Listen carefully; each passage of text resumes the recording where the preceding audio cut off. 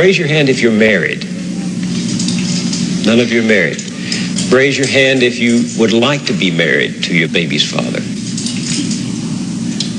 One. The rest of you who don't plan to get married, why don't you plan to get married? I'd like to know that.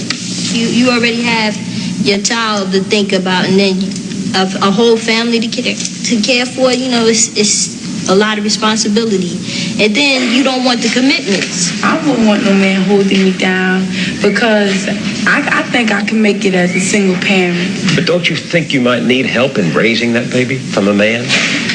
Not really. I didn't have a father. My father wasn't in the home, so, you know, it really, male figures are not substantially important in the family. I ain't thinking about holding up for no sex, my man. You know, if a girl, you know, she get having a baby, carrying a baby, hey, that's on her. You know, I'm not gonna stop my pleasures because of another woman. What about birth control? What about condom? Girls don't like them things. They don't like them things. They'll tell you to take them things off. They figure that you saying that they filthy or they dirty or something. It's been a startling change in values. 25 years ago, you would not have heard such things said so freely because they were not embraced so widely. The strong family was still the backbone of Black America, and 3 out of 4 children had both parents at home. That is true no longer. Most Black children are now growing up without their fathers.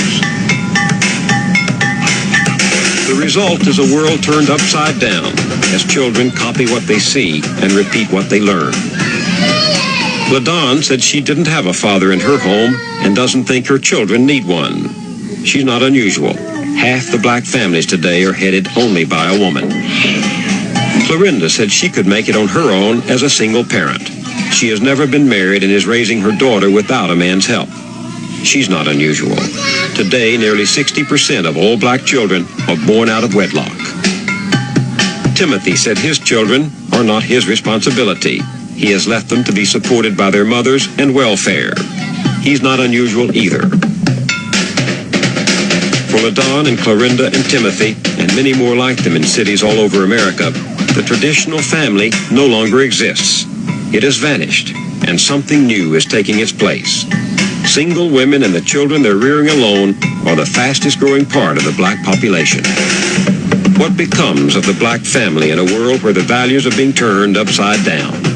If the parent is 17 and 18, uneducated, unmotivated, fooling around, wandering around, what's the child going to learn? Who's to teach him? When you learn something, you was taught by your parents. It was reinforced by school and your neighbors, but it was taught by your parents. Well, if the parents don't know anything, how are they going to teach the children? So it's not racism that I'm fighting right now. It's the lack of motivation. You see, I'm not even talking about racism. Maybe later on we'll get back to that.